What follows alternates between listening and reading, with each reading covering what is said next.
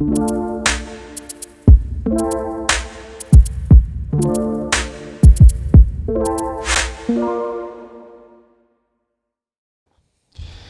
guys, and welcome to another episode of BCS Community Connections. Today on the show, I have Mr. Mike Rohach with BCS Roofing.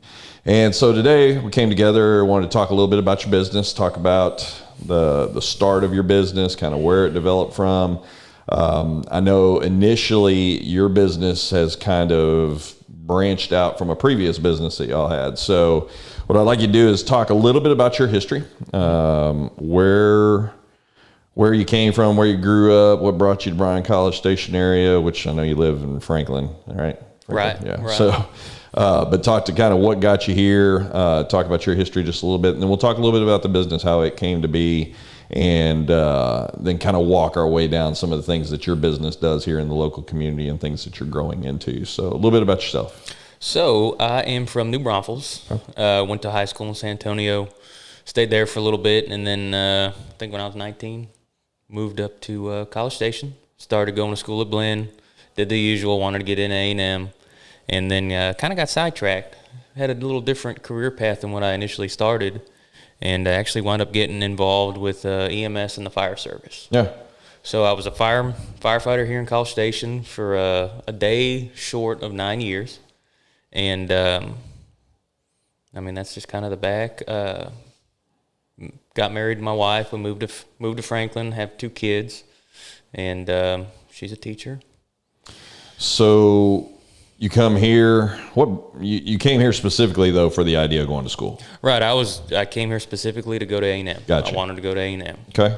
And then so you're at the firehouse, and tell me the beginnings, not necessarily BCS Roofing, because I know you branched off, but you initially kind of was working at the firehouse and you branched into, was it G&N Roofing at that time? Right. So working at the fire station, I was working part-time EMS jobs here or there, and kind of got tired of going from one EMS job to another EMS job, and said, I need to try something different. Had something in the back of my mind. Well, my brother had been working for his father-in-law, and he wanted to branch out a little bit more. They wanted to open, more or less another branch, another location. So he said, hey, if y'all want to get going in College Station, y'all get going in College Station, and I'll kind of teach you a few things and go from there. So he started doing some roofing stuff on his own, and then he said, hey, man, I need some help. So naturally he comes and asks his brother, hey, you want to get in on this with me? We can split stuff up. You can do some of the stuff. I'll do some of the stuff, and partnership. So we started doing that for a while. Started off real small, really not doing much business naturally, starting off. And then we just kind of started growing, developing, and we got pretty busy. Yeah. Yeah. So, and I guess kind of to the point of small businesses, a lot of guys, and really for your point right there, it wasn't kind of a full-time, like jumping into the middle of it. It was like, hey, I can do this on the side while I'm still doing this over here. Right. At what point did you realize like those two probably weren't going to coincide and be able to function with each other? Well, I didn't think it was fair to homeowners that I would, hey, I'm at the fire station today. I'll come by, when I get off shift tomorrow. It's kind of like, I like to be there as soon as I can be there. Yeah. So taking off that extra day, or taking, I guess, every third day, you're trying to be available. So I just decided, hey, we're getting busy. I'm going to cut this fire department job, and I'm going to kick it full time. Yeah. And so I'm going to commit myself to this thing. Yeah. At that point, also at that point, the business is now really starting to grow. Y'all are getting really busy at this point. And you got, I'm assuming, if my memory serves me correctly, y'all had some storms kind of roll through, and that really kind of started the ball rolling on a lot of stuff at that point. Right. live in Franklin, we had that tornado. Right. And the tornado kind of kicked things off. It was kind of like, we got to get some work done. We got to get it done fast. So that was a kind of decision maker of, all right, I need to get out. Yeah. And so tell me about in the G&N Roofing then, when you've now committed yourself into that, the business is now starting to grow, but then you end up branching off and starting BCS Roofing. Tell me about how that transpired from G&N Roofing, and then y'all kind of separate and you start your own here. Right. So it was like a branch split. So I was here. My brother wound up moving to San Antonio, so I kind of lost my help. and he was G&N Roofing in San Antonio. I was G&N Roofing here, and kind of that back and forth, trying to help each other out, really wasn't working. Two different kind of business models. He has a full-time EMS job too. Right, in San Antonio. In San Antonio. Right. So it was kind of like, hey, man, if we don't try to commit ourselves a little bit more, then, we need to think about doing something different. So decided, hey, you know what? You're there, I'm here. I'm just going to go ahead and split, do my thing, and start a new business. Yeah. So I started BCS Roofing in February and just kind of picked up where I left off with the G&N Roofing. Todd was actually the first customer of BCS Roofing. Yeah. Of course, obviously, we knew each other before, so trust. Yeah. Well, and I thought what was interesting was you were in the process, I guess, of separating, putting BCS Roofing. Mm-hmm. Like, you changed names. I see you all the time in here, and I didn't even realize that the name had happened because your logo stayed pretty similar. Right. And then I just, we were talking about it one day, and then it just kind of clicked to me. So for those customers that were out there that were using G&N Roofing and everything here locally, really you're still the extension of what started here, but now you're more full-time. This is your business, your name on it, your legacy, everything that you're kind of putting into this business now. And it's completely localized at this point. You're not splitting time in between jobs. You're not doing any of that kind of stuff. This became the full-time, full flex of what it is that you're putting in and day out. So, so then you start up BCS Roofing, and now you kind of, that model has worked its way because you do everything, obviously BCS, you do everything Bryan College Station, but how far out do you go as well too? Because I know, like, you're living in Franklin. I know you were doing roofs in Franklin, so I know Franklin's kind of a part of that. Where's kind of your, I guess, radius that you kind of look to do business? I know you'll travel to places when requested, but where's the core of your business typically out to? So I try to stay within an hour of Bryan College Station, or, from Franklin, Lake Limestone. Limestone's about 30, 45 minutes, depending on what side. And I stretch into Marlin. I've gone as far as Marlin, but it's not that far from my house, so why not? Yeah, and to people who are listening, I mean, obviously there has to be a ring at some point, because then that job starts getting really expensive for somebody who could probably end up doing somebody local in their area. And it becomes tough for you to compete against that when you're putting drive time, gas, everything else behind that, having to have goods shipped to those particular locations.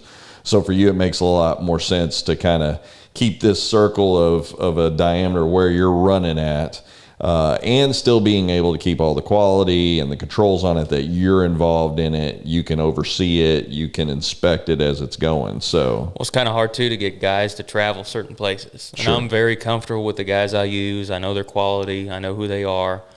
I'm not going to go stretching to Waco, find a new group of guys. It's not going to happen. Right.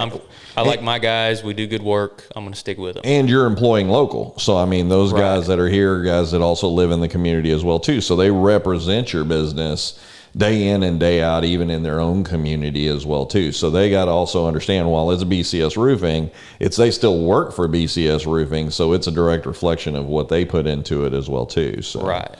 So BCS Roofing is a multifaceted company, though. So you were initially doing roofing under BCS Roofing, and then you made a decision to kind of start expanding that. So let's talk a little bit about the expansion of services that you also kind of moved out beyond roofing, because you've been doing BCS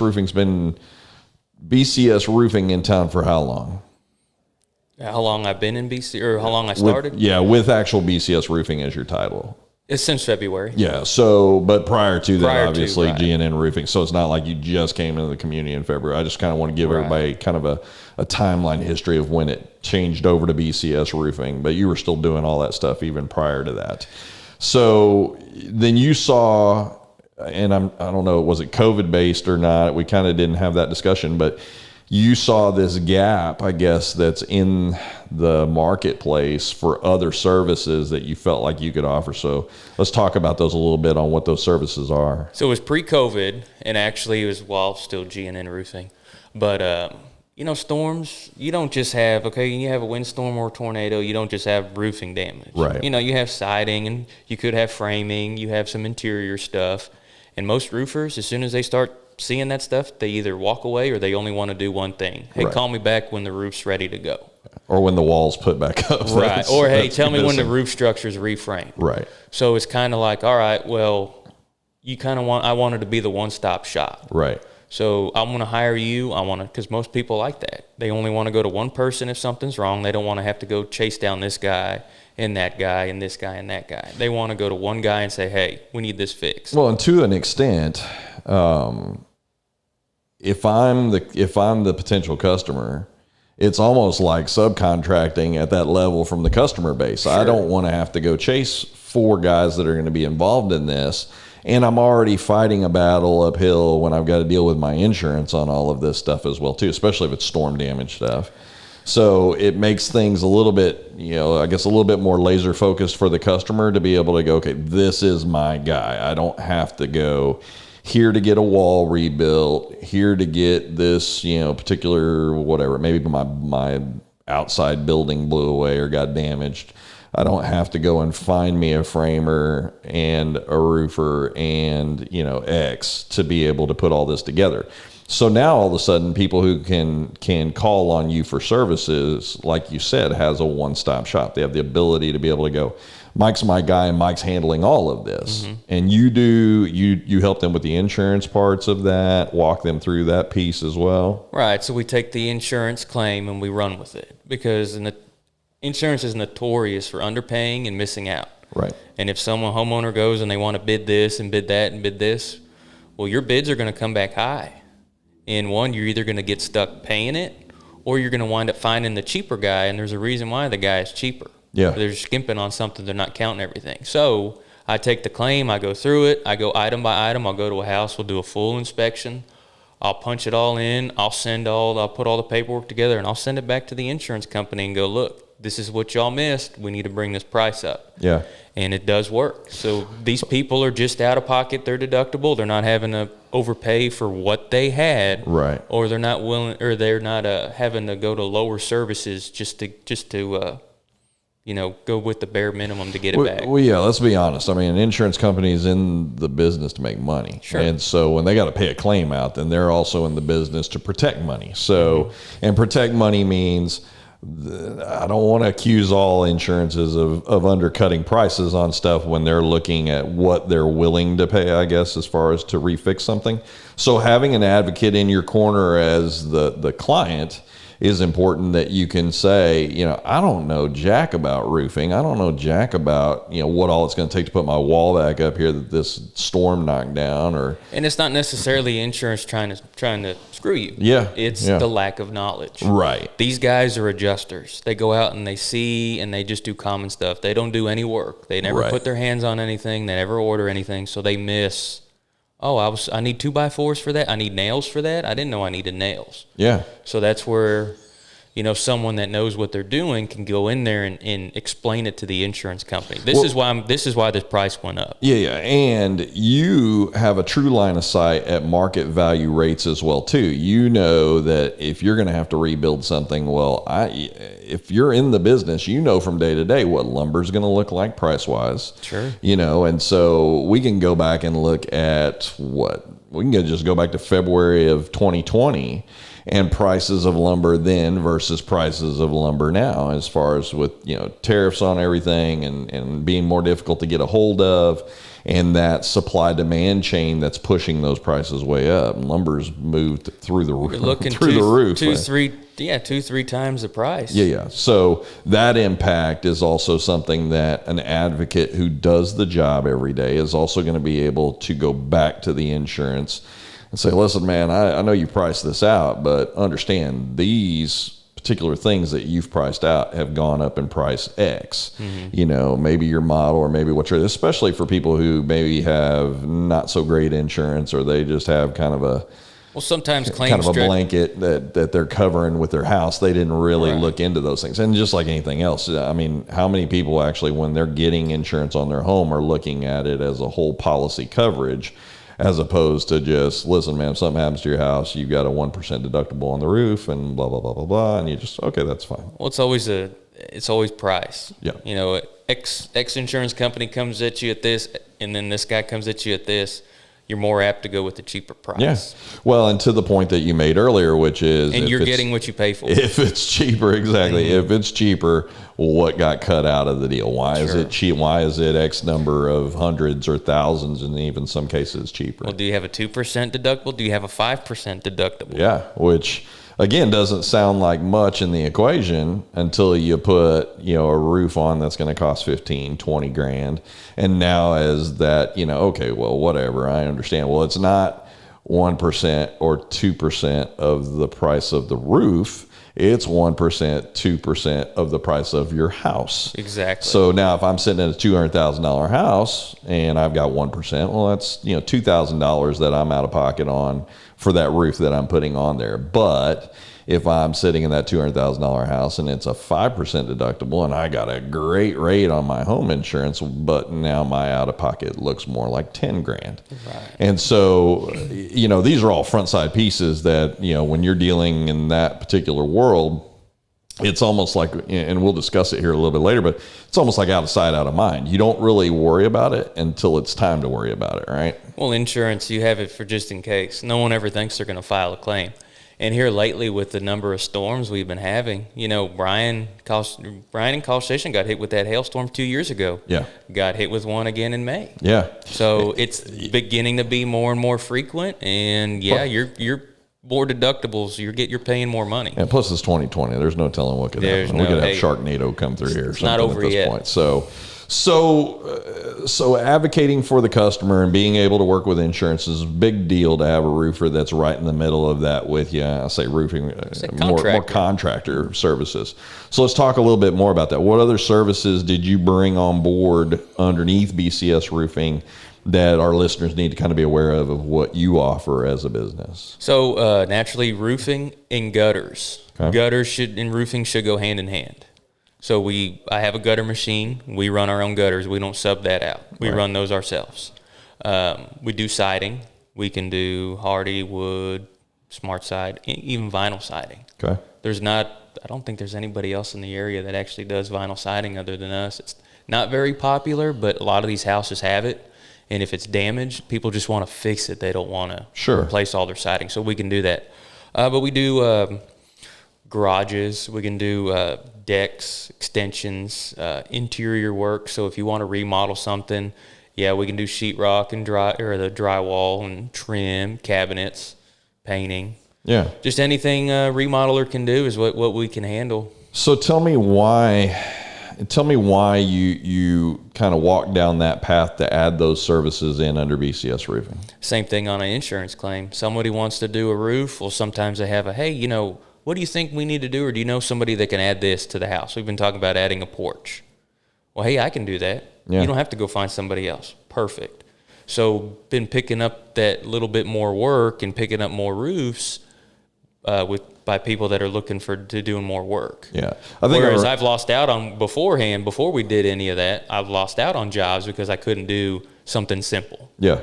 Well, I think I remember, and I think it might have been during the tornado in Franklin, you were telling me that you were working on a roof, but at that point you couldn't finish or start the roof, I guess, because the walls weren't even up on one side of a house or whatever. Well, we had, there's a lot of trees that fell on houses. Right. So we had to repair the roof structure in order to do the roof to get the house. And then, the interior, because your roof's off, you're going to leak. You're going to have that drywall damage, insulation and flooring and, everything else that goes with it. Was that just an obvious kind of add-on, though, when you were sitting there and, you're looking at this going, okay, I can't even start the job you want to contract me for because this has to be done? Was that kind of like a light bulb moment for you where you're sitting there just going, man, if I could do all of this, this would be no big deal and we could just blaze through this deal? Well, fortunately, I set myself up a little better before. So tornado time, I already had a framer. I already had the painter and drywaller. I already had everybody. So it was kind of a few years before that, I got asked to had to reframe a house. So these folks had a hip roof and they wanted gables. So that's kind of when I stumbled into my framer that I use now. And I've been using him for 4 years. I use them for every job. Okay. So I'm a customer. I'm in the market. I'm looking to either remodel, add on something to my house. And I think probably, in being in that part of the business, probably 2020 was probably a good year to be in it, because you had a time frame where everybody was at home. So now all of a sudden people were spending a lot more time looking at stuff, pet projects, things that are, man, I really would have liked to have done this. Or now that I'm home, it'd be nice if I got that, little pergola built out back, or, got me a little slab poured where I could put something on it, whether that's a little work shed or something along those lines. So this was probably the year for a lot of folks that invested probably back in their houses, just simply because they spent more time in their houses than they normally do. So for you this year, what did you see? I mean, there was definitely some storms this year that I know put a lot of stuff on your radar and a lot of things in your wheel well for roofing. What did you see this year when it came to people that were stepping up and needing that extra construction piece that you could step in and help them with general contracting on that? So I think when COVID hit, obviously it was pretty scary, because brand new business, and then this thing hit. You're thinking, oh, here we go. I just started this thing. It's not going to be good for me. But actually, the thing that picked up the most were gutters. Yeah. When that stimulus check hit, you could put gutters on your house and still have money left over. Right. So a lot of these houses that had these problems with their foundations washing, their flower beds washing away, they're tired of water running down their fascia. Hey, let's put gutters on. What do gutters cost? So gutters were hot. Yeah. Like I said, you could do a full system and then some and have money left over. Well, and for you, we're talking custom gutters as well too. So right. Most people, when we say the word gutters, the first thing that kind of comes to people's mind are just the basic line gutters. Yeah, we're not going down to Home Depot and buying them and put the 10-foot sections. No, we said I have a machine. We buy a coil. We can run out whatever length you want. Right. We put them and we install them. Yeah, I mean, so I got to see some of your custom stuff. My neighbor 2 houses down ended up putting custom gutters on theirs, a specific color. I mean, rounded out downspouts, oversized downspouts. I mean, it looked fantastic when you guys were done with it, and really didn't take hardly any time at all for you guys to put those up. And he was more specific. I mean, he was definitely, he knew what he wanted and definitely had this envisionment of how he wanted those gutters to look. And basically that helps for you guys when a customer can also, bring you to the table and say, hey, here's what I'm thinking. And then you're able to kind of go off of that feedback from the customer to give them exactly what they're looking for. And obviously, gutters is one of those deals, and whether if you're building a house, in most cases, that's kind of one of those deals. I know we built a house, and it was one of those deals where you're looking at it going, I could save a couple of grand here and not put them up, and then somewhere down the road, you're probably going, man, that was a bad idea. Well, right. Well, you start seeing these houses, white rock is real popular now.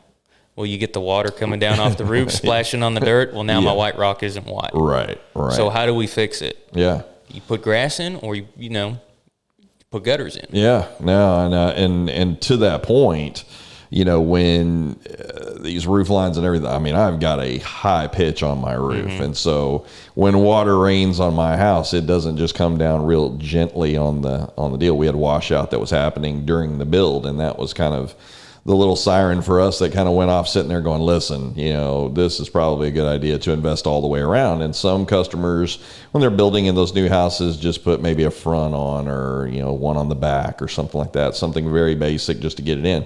We can do partials. So a lot of people, when you walk in and out of that front door, they don't want to get rained on. We'll put up a piece of gutter, downspout. That's all they want. Hey, we're okay with it too. Well, but you guys also can go back if they've added a partial, and then you can redo the rest of it, even tying all that back in together so that they have a full line gutter system all the way around their house. So we try to, if we go out and we do a job, we try to think of the future. So we don't know if he's going to go, so we're going to go. He might have gutters later on. He's talking about it. We'll set it up. So we'll make that extra piece around the corner. So that way, if we need to retro it, we can retro, and you'll never know. Yeah. So we try to do a little bit more for that aesthetic. Yeah, and or we don't have to tear down what we put up and re-put up the gutter there. We can just use what's there. Well, and the upside here as well too is, in something for the customers kind of listen to here is, you're doing guttering that's working along with that roofing system. So, you may not have done the roof on it, but you can also get up there and evaluate the fascia boards and everything else while you're there to kind of say, hey, while we're here, this is some things that you might want to also know about. Because for you, while you're there, it doesn't cost a customer anything for you to go, hey, man, can you hop up on the roof and just check this out? I've had a little bit of a problem here in the past, and I just want to make sure this is patched up. Or I've noticed this little spot in my ceiling in the garage or something along those lines. It's easy for you to kind of jump up there, and it's not like you're going, yeah, I'll jump up there for $100. You're going, man, I'll jump up there and take a look at it while we're here. It's no big deal.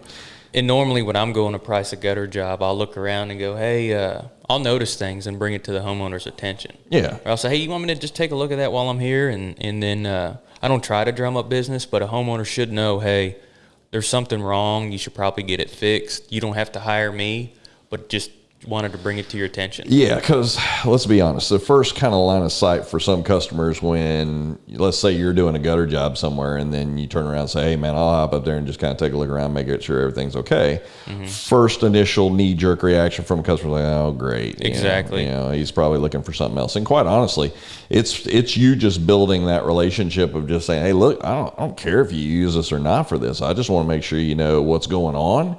That, hey, it all looks good, or these are maybe some spots to maybe look at in the future. You probably don't have to address it right now, but it might be somewhere down the road. Or this is an issue that I'm doing this, and especially if that issue compromises a job that you're doing. So in other words, you're doing something and that, let's say you see something up in that roof line or whatever, and you're out there doing it going, listen, in a year, you're going to have this issue. I don't want to give you brand new gutters with rotted out fascia boards that aren't going to stay up, Mm-hmm. So I think those become, again, that all package deal of you knowing that complete knowledge plus having the construction knowledge on the backside of all of that saves that customer the opportunity that something else could be underlying there that'll compromise them down the road. Right.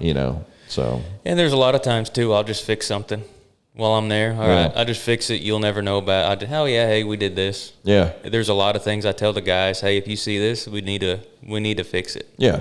Well, and I can speak to that. I mean, I had you work on my mom's condo when I moved her here to town, and this condo was built in 74. Mm-hmm. They had just put a new roof, was what we were told when we purchased it, several years back or whatever. But we had some leak issues that were happening in there, and I just say, man, you get a sec, man, if you could swing by and take a look at it. And it wasn't like you just hopped up there and because you can hop up there and look at some stuff. There was a couple of rotten areas that a couple places needed a little addressing, but it wasn't anything you needed a new roof right for. And so then you're like, listen, man, we don't need to do all of this. So I can speak to it personally. It wasn't like you're going, we need to replace this whole big section of the roof here. It's like, listen, man, this is a little part over here.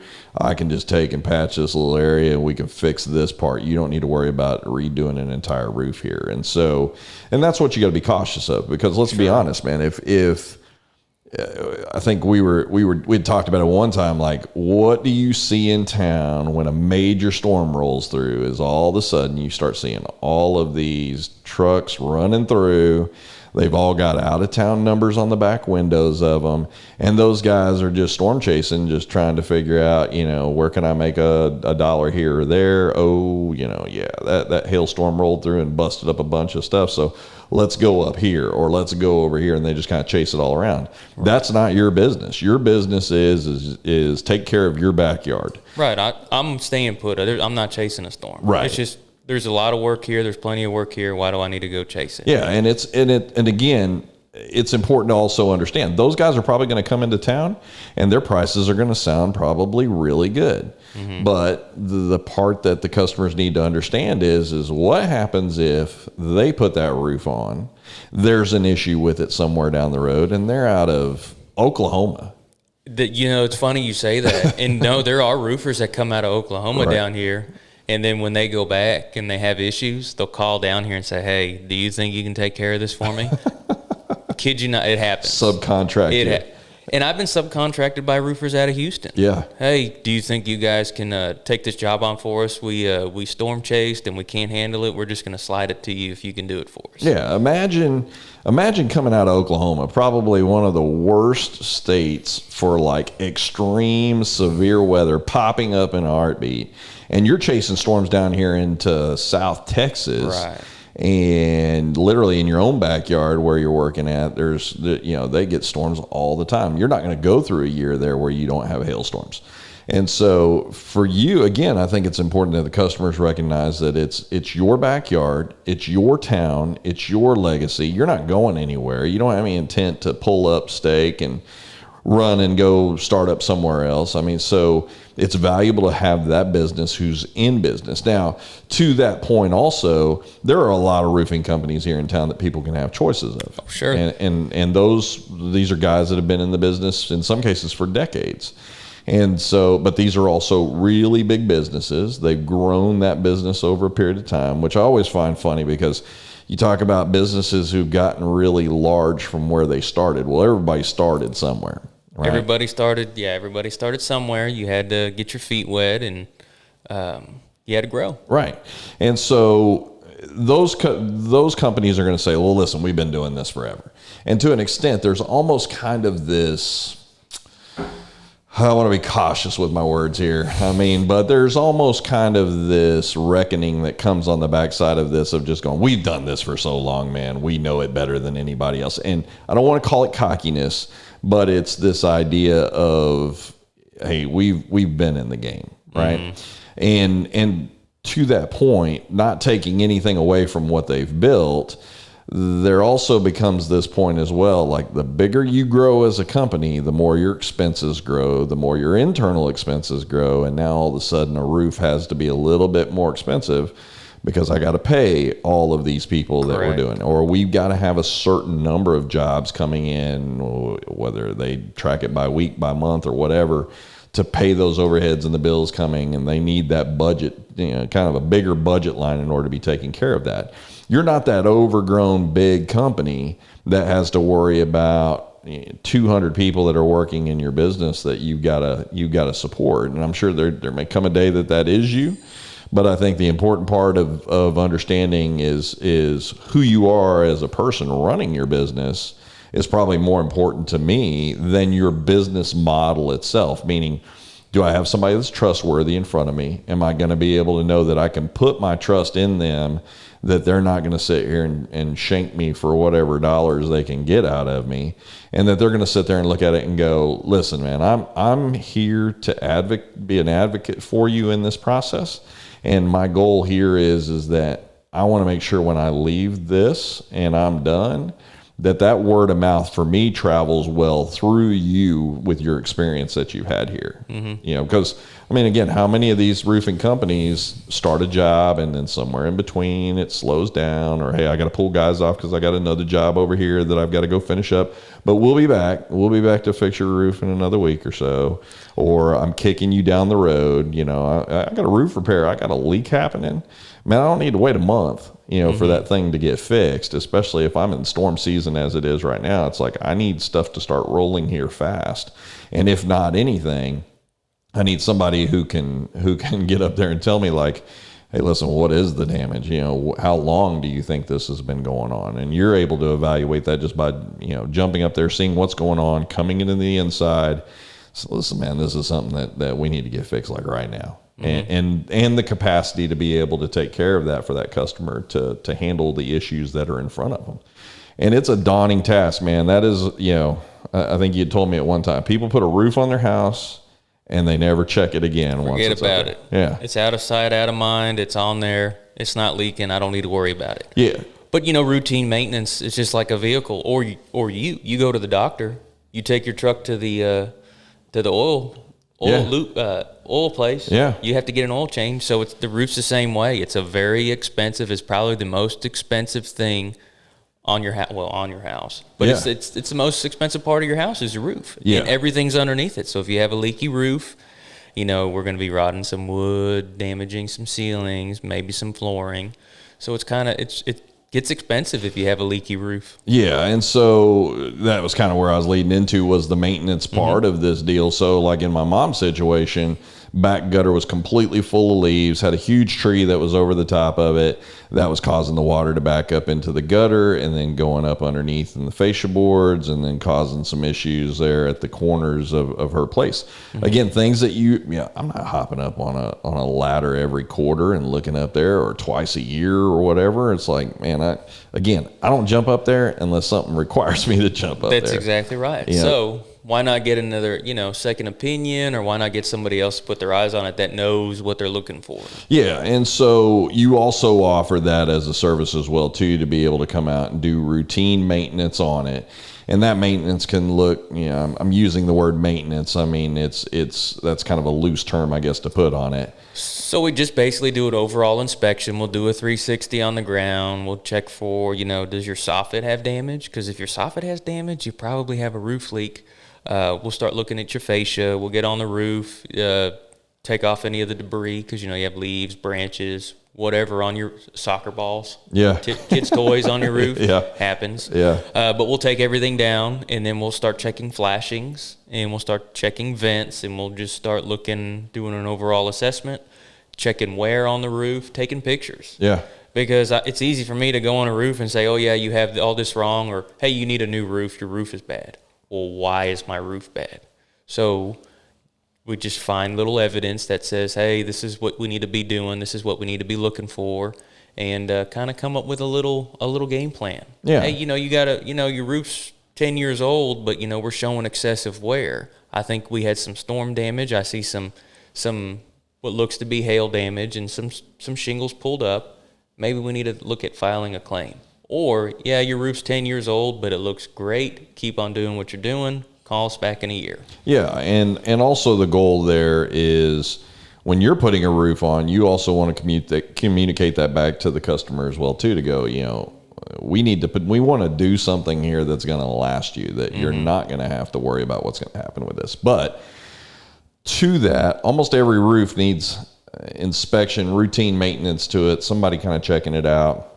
Every roof needs some kind of maintenance. And so what's your some kind of repair? What's your recommendation? Like, I've got a roof on my place. What's your recommendation on looking at that and just inspecting it? Is it once a year? Is it twice a year? Is it once every 90 years? So ultimately once a year. Yeah. Once a year, come check it out. Like I said, you're going to have some kind of debris on if you have trees, you're going to have leaves dam water up, and your shingles are going to leak. I said kids' toys. You go to sleep at night, storm comes through, especially these fronts we've been getting. You don't know what it drops. You're asleep. You're not paying attention. Sure. The only time hail's been in the area is when you get a door knock from a roofer that says, hey, you have hail damage. Yeah. Or your neighbor starts getting a new roof. And then you're like, oh, why is my neighbor getting a new roof? Oh, he has hail damage. I didn't know we had a hailstorm. Back in the house. Doesn't think anything more of it. Right. So another important piece, and I think this goes out to people who are looking to build new homes and things like that.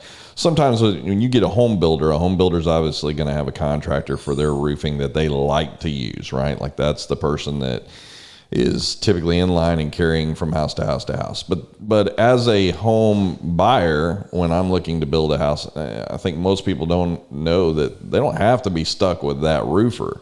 Right. You can always go back to your builder and say, hey, listen, I've had a guy who's really taken care of me on previous homes that I've had, and I want this guy involved in building my roof. And so you can also kind of bridge that gap as well too, to say, listen, tell me who your builder is and I'll reach out to him, and we'll see if we can't work some kind of deal where I put your roof on your house, because I know that, I've done these other either repairs or roof replacements or whatever in houses that you've owned before.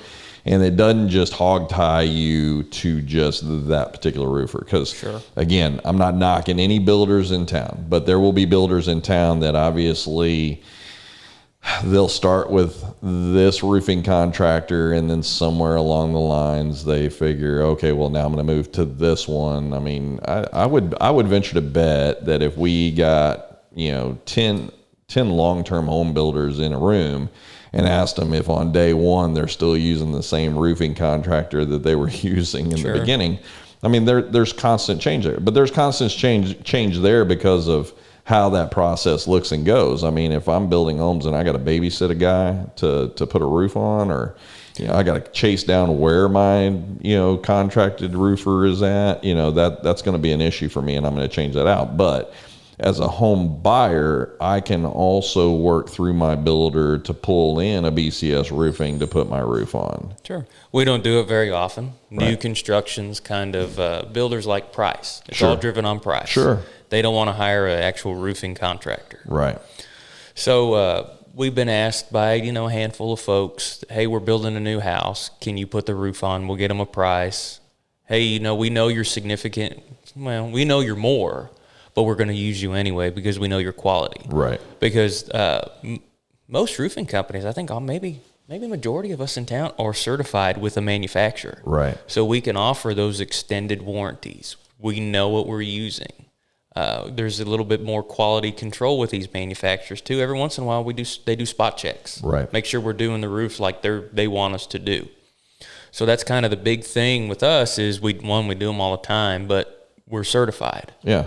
Well, and the product that you're putting on as well too. You know how that manufacturer recommends that it's handled, how they recommend finish out. I mean, all that's from the tarping up underneath there to the shingles that you put on top of it. I mean, so I know when you and I were talking, we were building the roof or whatever, you're like, hey, look at these couple of things. Make sure that this is getting put in as they go. Because, I mean, I was visiting my house like twice a day through the entire build process because I wanted to make sure that what I got in the tail end, I got to see from start to finish. I didn't want to be the contractor, so to say, but I definitely wanted to be involved. Right. I wanted to see that. And you brought things up to me that I never even would have thought about it. When I'm sitting there looking at a roof going on a new build house, I don't think about what kind of tarping they're putting up underneath those shingles and everything. I'd never heard of the word synthetic when we started talking about all of that and what that meant in the process of the longevity for that roof when it goes on. So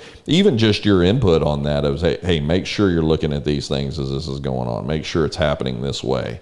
I mean, that education that you were giving me for that process of building that house just through that topic. And then even so, knowing that you were advocating for me to go, hey, man, if you got any questions about it, or if you need to know whether they did or they didn't, holler at me, man. I'll swing by there. I'll jump up there and make sure they're doing it right. Or I'll swing by, and if they're not, I'll give you some feedback on there so that you can take that information back so that, again, I felt like I'm not going to know jack about that roof while it's going on in my house. I've just got to trust my general contractor and my builder. I've got to assume that they're going to do it correctly and that it is what it is in all of the homes that they put in. They have a reputation to protect as well too. But that doesn't mean we don't have builders that either come in from out of town or builders that don't necessarily have the same quality standards as long-term builders who've been doing it, again, reputations in town and stuff like that. And there's easy places to cut corners on stuff. And obviously your roof is not one of those places you want to cut a corner on. So it gives that customer, again, you as an advocate, to be able to even be involved there. Just say, look, let me help you through this process. So through COVID and everything else, and kind of walking down this avenue of the new add-ons that you did with the business, where are you seeing the biggest growth in your business? Is it just the roofing side, or have some of these things that you've kind of put on board, the construction piece, the general construction piece that you've put in, where have you seen like the most request or the most growth within that business? Well, naturally roofing. Okay. Roofing company. We do the majority of our business is roofs. Right. The general construction stuff, I've been approached for kind of additions. I'm actually hopefully be moving a house, an old house, and fully gutting it and remodeling it. Wow. So that's going to be moving it from a location to another location. So someone else is moving it, but I'm in charge of overseeing. Well, I'm in charge of cutting the roof off and cutting it in half, moving it, putting everything back together, gutting it, and then start from scratch. It's going to be a brand new house. Old house, brand new house. So that's something I'm looking forward to going on kind of in the... Mike, I can definitely say I've never had anybody talk about cutting a house in half to move it. You got to move a house. So it was interesting being approached for that one because it was, no one would do it. Yeah. No one wanted to do it. No one wanted to touch it. And I'm crazy me said, yeah, we'll do it. We'll do it for you. And so to that point as well, too, there are, potential customers that are out there that are looking at doing some of this general construction work as well, too. Mm-hmm. Obviously can reach back to you. You're going to tell them whether that's in your wheel well of stuff that you can do or can't do, or even so, maybe even be able to guide them outside of that. If it's not something that you do, I'm sure it's something that some people who do it well. Well, fortunately, I built some relationships with some other guys that are in the business. Right. So if there's something I can't do, I'm going to, hey, call these guys. These guys will help you out. Right. So long term for you, I mean, your kids go to school around here, your family's here. So the important part I've known about you and working with you here in the business is that integrity for you is probably more important than anything else. And literally, a single bad job can put a tarnish on somebody's legacy, and especially in today's world where social media reign is supreme. Yeah, you'll get lit up. Do a bad job quick. Yeah, you'll get lit up in a heartbeat, and everybody will know about it, especially depending on how well connected even that person is that's on the other side there. And so I think that's important for people to understand is no one person in this industry or in this business wants to go out there and try and intentionally do that. But I think it's important also that when I'm looking for a roofing contractor, or if I'm looking for somebody who's doing general construction, that not only am I asking the questions, but also you're asking those questions back on the other side. So knowing that, what would be, if I'm looking at, I'm pricing out guys who are coming to look to replace a roof. I mean, what are going to be questions that you're going to ask me as the construction side of that? What are you going to ask me as the customer that you can make the alignment to know, like, you're the right person for this job, or maybe you're not the right business, depending on what that customer is saying? Well, I mean, most of the time we don't get asked a whole bunch of questions. Every once in a while we have somebody that is that did a little bit of research. So, hey, what do you put down for underlayment? What do you use for shingle? Do you use a starter shingle? What kind of attic ventilation do you use? What kind of plumbing vents do you use? Do your guys do this? Do your guys do that? Do you use staples? Do you use nails? No one uses staples anymore. It's all nails. Staples are kind of... But anyway, there's just a lot of questions that get fired on us. Are you insured? Can you pull permits? Pulling permits is kind of a big deal, right? You have to register with the cities in Bryan and College Station in order to pull permits. That's why some of these out-of-town guys will come in to do stuff over the weekend because they don't have to pull a permit for it because no one's working. But anyway, little questions like that. How long have you been in business, sort of thing, which kind of hurts me a little bit. But like you said, everybody's got to start somewhere. Sure. What's your warranty? How long are you going to warranty this? What's the manufacturer's warranty? Yeah. How long is this shingle supposed to last? Yeah, and also understanding that on the warranty side of it, there's the warranty side that goes with, types of shingles I put on there and types of underlayment that you've put on there, and all that stuff is going to carry its own sense of warranty based on what those manufacturers have told you as the roofer how to put that on. Mm-hmm. But also, even outside of that, the fact that you're in town, becomes a big deal to be able to go, listen, man, I'll hop over and look at it. I know I'll give you a 10-year warranty on this or whatever, but 20 years down the road, whatever, I'll go over there and I'll look at it whenever you need me to. Because that relationship part should carry on down the road. I may not see you if I'm a customer. I may not see you for years. Hopefully, decades even. But and that's what we want. We want you to, it'd be nice to hear from you every once in a while. Or hey, if you're, thinking about doing something, give us a call or tell a friend. We always get the hey, so and so told me about you. Right. So did this, said you did some work for them. But you're also opening up the avenue to have that connection by having these other services as well too. Right. So if that's follow-up maintenance on the roof, if that's general, construction around the house, things that you're looking to do. Maybe you're looking to remodel a room or knock a wall out or extend something out or whatever that looks like. that gives you that opportunity to build the connection maybe with the first job that you've done. People get to know you in that process of it. They feel comfortable with you. And then again, that opens the avenue, not just for good word of mouth, but for them to look at you somewhere down the road on another level in that business that you're adding in or that you're continuing to add in. So down the road, what do you see? Do you see other services down the road that you may look to add on, or things that you kind of tossed around a little bit that you're considering? I think my next thing is getting a little bit. We do metal roofs. I love doing metal roofs, but I think I'm going to get into buying a little bit more equipment for metal and actually running my own stuff. Wow! So buying a panel machine and being able to go out to the job and running my panels right there. We do it now, but I use a supplier for it. Right. But that's kind of my next goal, is to get the metal roofing side of the business a little bit more hopping. And are you seeing increases in that in the market, or marketplace for requests, or like where people are coming away from your general roof that goes up there that they're moving over to metal?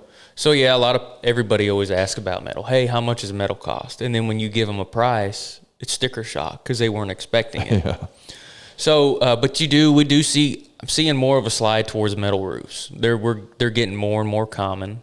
But also too, if you don't want to do a metal roof, we have a comparable in the middle that'll give you that shingle look, but the longevity of metal and the hail resistance of metal too. Right. We do impact resistant shingles. So these hailstorms that come through, they won't affect it. That way you're not having to pay another deductible. You have a hailstorm, check it out. Okay, we're good. Move on to the next one. Okay. So benefits, I mean, we talk about benefits in a hailstorm and stuff like that. What are other benefits for metal roofs over composite? So longevity, they'll last longer. You can get an insurance discount, although I don't recommend it. And that's a different conversation I can have with you when I come to the house. Right. Heating and cooling, it does not hold as much heat as an asphalt or a SPS modified shingle. Right. So we'll have some little bit of benefit on energy efficiency. What else? Looks, aesthetics. People like that metal look. That's why they go with metal, is they like the look. So, and I can match that up to my house how I need to. Like if I've got a certain color in mind, or right. There's a whole bunch of colored panels you can do, or obviously the most popular one's Galvalume, just shiny metal. Right. And there's price point. So, in the marketplace, and this is kind of one of the things that we've grown our business model on here, is the idea price is always going to be important to a customer, right? And it's probably almost scary to an extent where somebody's going, well, I'm trying to get this done, Mike, as cheap as I can, right? Yeah, I don't ever like to hear that. That just kind of, you kind of tune out a little bit when someone. Yeah, because essentially what I'm saying is I'm not really looking for really quality stuff in this particular situation. Just I'm looking to get somebody to throw it up. And there probably is a point to you where, again, you got to make a call at that point to go, am I your guy or am I not your guy? I'm not willing. I had somebody else make a comment on the podcast one time saying, I'm not willing to undercut my legacy to give you a price on something over here so we can do it cheap, and then I become known as the guy who can do cheap roofs. That's not how you're trying to build your model. But there's a balance there. You can do stuff reasonably priced and still put people in line with something that's quality. Right. We can work. If you have a budget, we can try to work within that budget. Right. And so when we talk about those questions and things like that, especially the roofer questions back to that consumer, that's typically always the number one thing, is like, hey, where are you trying to be here? Like, what price range are we looking at that you're trying to stay in? Especially if this is something that it's not an insurance claim anymore. Now it's coming out of my pocket and I'm looking to replace the roof, whether that's aesthetics, whether that's just upgrading, whether that's just time for a new roof or whatever. It's the idea now of sitting there asking those questions so that you can, in your mind, be putting things together for meeting what the customer wants. It's kind of like, I hate that I'm going to even use this comparison here, but it is to an extent like walking onto a car lot and you're sitting there going, man, I want a brand new car, but I want to pay $15,000 for a brand new car. Okay, well, let's talk about what those options are. It's the same thing for a roof. If I want a good long-term, high quality roof, and then I changed it and go, well, Mike, I want that to be metal, but I'm only willing to spend, $12,000 for that roof on my 3,000 square foot home that I'm putting, up on here. Now that conversation probably looks a little bit different from your side and going, okay, here's where we're at. I can do this in the price range that you're looking at, or we can look at this, but this is going to be a different price range. And in your world, again, it's not, you're not going about this and looking at it going, how can I make the most money out of this deal? You're looking at it going, listen, I'm building a relationship through this interaction here. And what's best for you? What option is best for you? Yeah. Because if you're happy with my work, that word of mouth, you're going to tell your friends, you're going to tell your family, you're going to go shout out on Facebook. Sure. Well, and hey, listen. And you're going to call me back. Yeah, there are people that come into our business that want us to do some things that we just look at them and say, well, we're sorry, we're not your company. Mm-hmm. You hate to do that.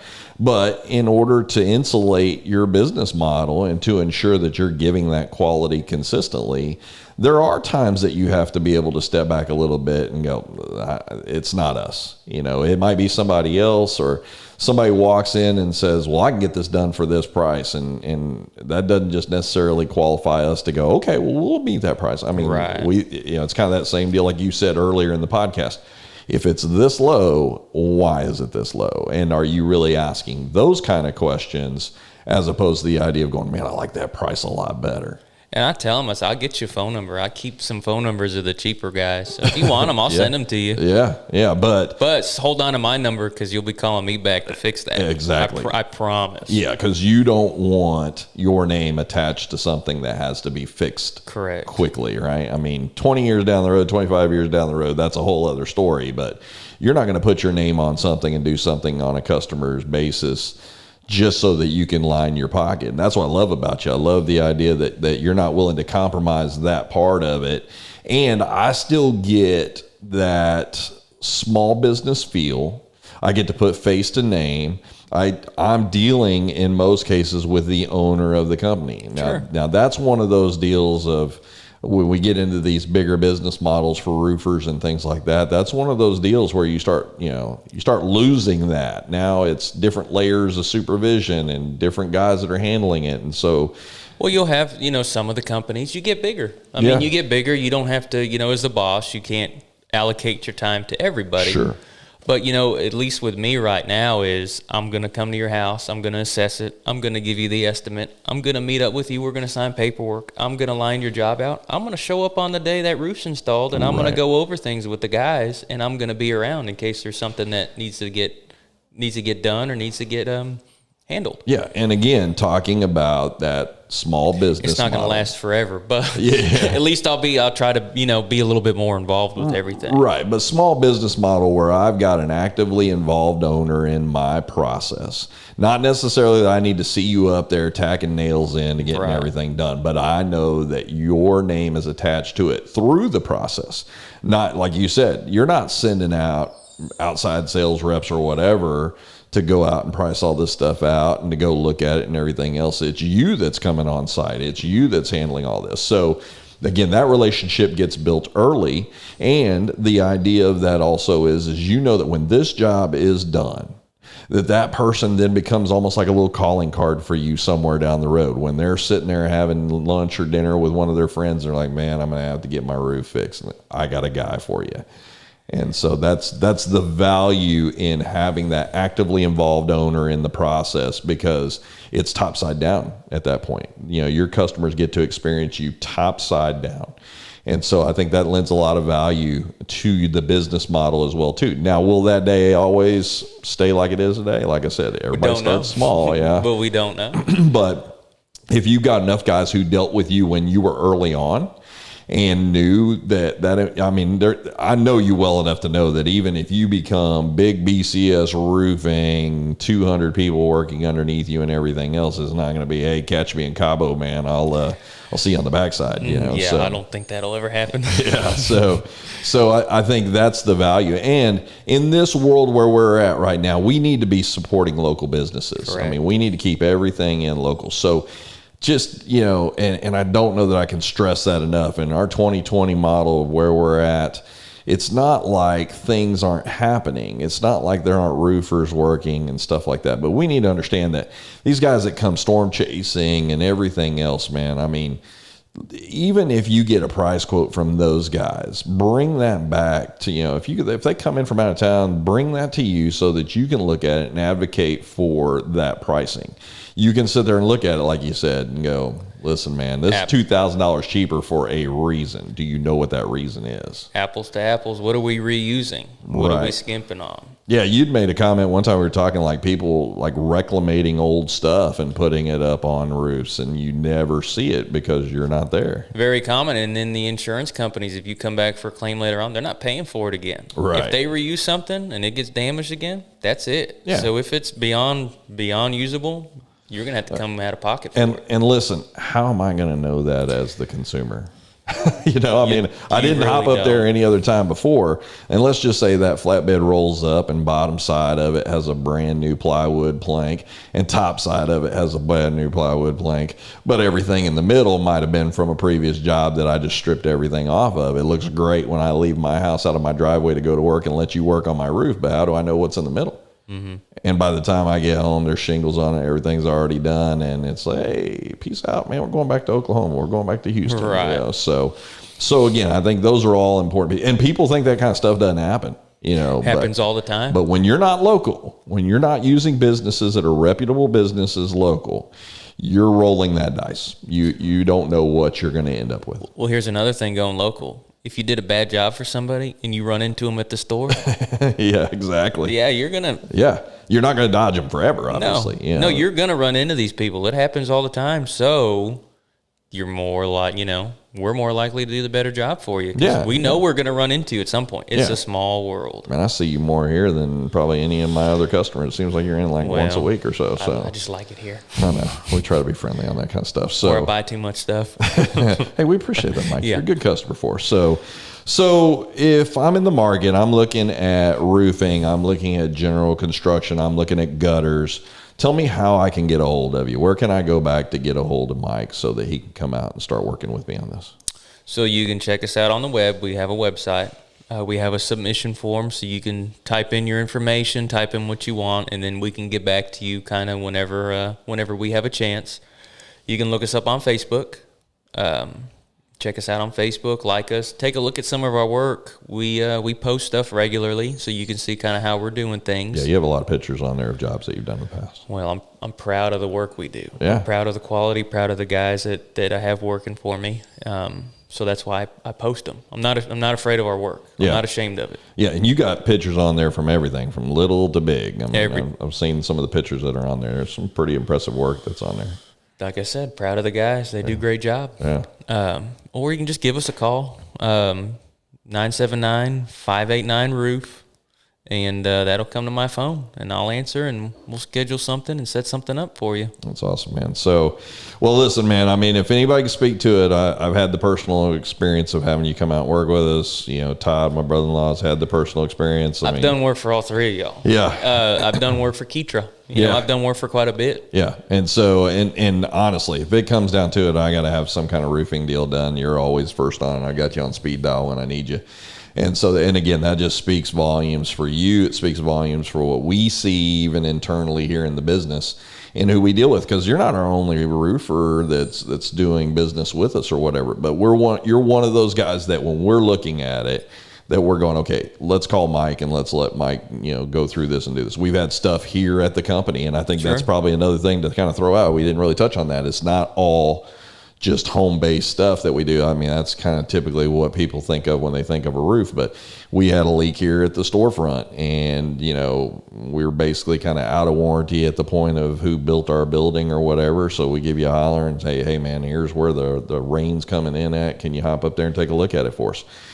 And you were Johnny on the spot, man, and a challenging point for us because, it wasn't like we're just a flat roof on our building. We go from like a 16-foot elevation to a 12-foot elevation in the back, so it could run anywhere, but having your experience up on there and going like, this is probably where the penetration's happening at, and this is probably what it's doing, is probably running, and then you chasing that down for us and all of that stuff. So your deal is not just in the world of home. You can go out and help some of those businesses as well too that may be experiencing the same kind of problems like we were. So I'll find it I'll find it. I mean, you're like a bloodhound, man. I don't like sniff it out, man. So gotta find it. That's it. So again, Mike Rohach, BCS Roofing. If you're in the ballpark of needing a roof, if you've got damage to your roof, especially storm damage to your roof, let him advocate through the insurance company to help you on that side and be somebody that's working in your corner. General construction work, you've been sitting around the house, you just looking at this thing's driving you crazy. You want to fix something, you want to add something on. You're looking at adding on a she shed in the back, whatever it is, man. I mean, we'll hook it up. So yeah, Mike's your guy to reach out to. So, hey man, thanks for coming in today. It was a pleasure talking to you, and I wish you nothing but the best. And you're a great person. Thank you. And I'm proud of the business that you've grown, because I know, I've watched you go from partnership to on your own and floated out there. And it's just been so good to be able to see that God's blessed you and continued to grow your business out there in the market, and that you continue to be that business that people can count on and trust. And so that says a lot for you. It says a lot for what you expect from the guys who work for you. And so, I mean, that's a great business for us to have here in town and have somebody that's represented that way. And so again, I can't speak highly enough for people who are needing your services in the market to reach back to you and see what you can do. I mean, if not anything, man, like I said, I think I'd asked one time, what's it going to cost just to go up there and look at it? And you're like, it'll cost you nothing, man. Let me pull my ladder out of my truck and go check it out. So, and somehow that's just how it starts in some cases. Mm-hmm. So again, even if you're suspect about it, holler at Mike, let him come out, let him help you out, jump up there and take a look at what you got going on. And then he can tell you whether you're good, bad, or ugly, and then give you the options out past that. So, brother, thanks for coming in, man. It was a pleasure. I always love talking to you when you come in. And again, if y'all are in the market, hit up Mike. He is out everywhere, Facebook, his homepage. Give him a buzz on his cell phone. And he's quick to answer. I know every time I call you, man, you answer your phone. So I try to answer. I try to call you back pretty quick. Yeah, I'm a little understanding when it comes, you're sitting up on a roof trying to keep your footing up there and stuff. Yeah. So, but again, he'll reach back to you quickly, and he'll definitely take care of your needs. So, BCS Roofing, Mike Rohach, thanks for coming in today, man. It was a pleasure. Thank you. Have a good day. You too.